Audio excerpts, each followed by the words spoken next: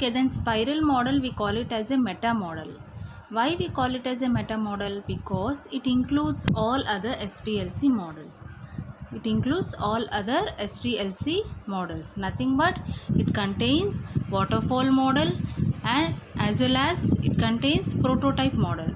So it includes all the other models. We call it as a meta model. And it is, I already told you that this we call it as a single loop, and this single loop represent a iterative waterfall model. Actually a single loop represents a waterfall model. Nothing but in this phase we are going to gather the requirements, we are going to do the risk analysis, and we are going to prepare a prototype, and here we are going to develop the coding part and we are going to test that part, and finally we are going to plan for the next phase. This nothing but this whole loop, a single loop follows a single waterfall model.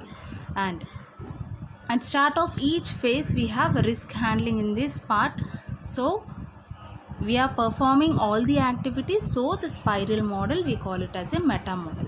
Coming to advantages and disadvantages, the main advantage of what spiral model is risk handling. Main advantage of spiral model is risk handling.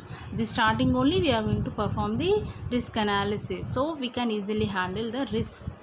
And then this is used in large and complex model. Spiral model is used in very large and complex model.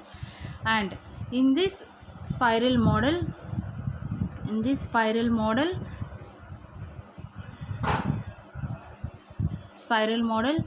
whatever the changes, suppose we have completed the requirements gathering and then we have went through this risk analysis and then development phase and then testing part, and we came to this last phase.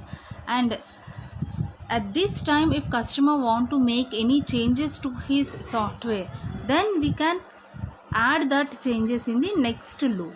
We can add that change in the next loop. Nothing but changes can easily incorporate in later phase, and customer can easily see the development of product.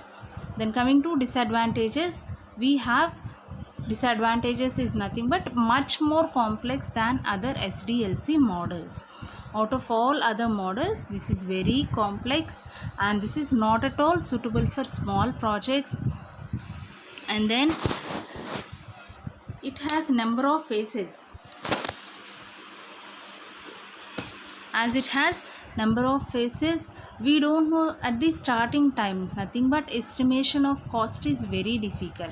As this project is used for only large and complex projects, as this model is used for large and complex products, estimation is very difficult. First of all, the software developer has to estimate about any project. But if customer is going to add the requirements in each and every loop, if he is adding each and every requirement, then estimation at the starting only is not at all possible and it is very difficult. So this is very expensive to handle. This is the disadvantage.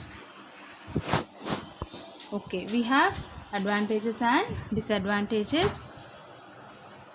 That is nothing but advantage is risk handling and it is used in large and complex model, and customer has point of view in each and every development phase.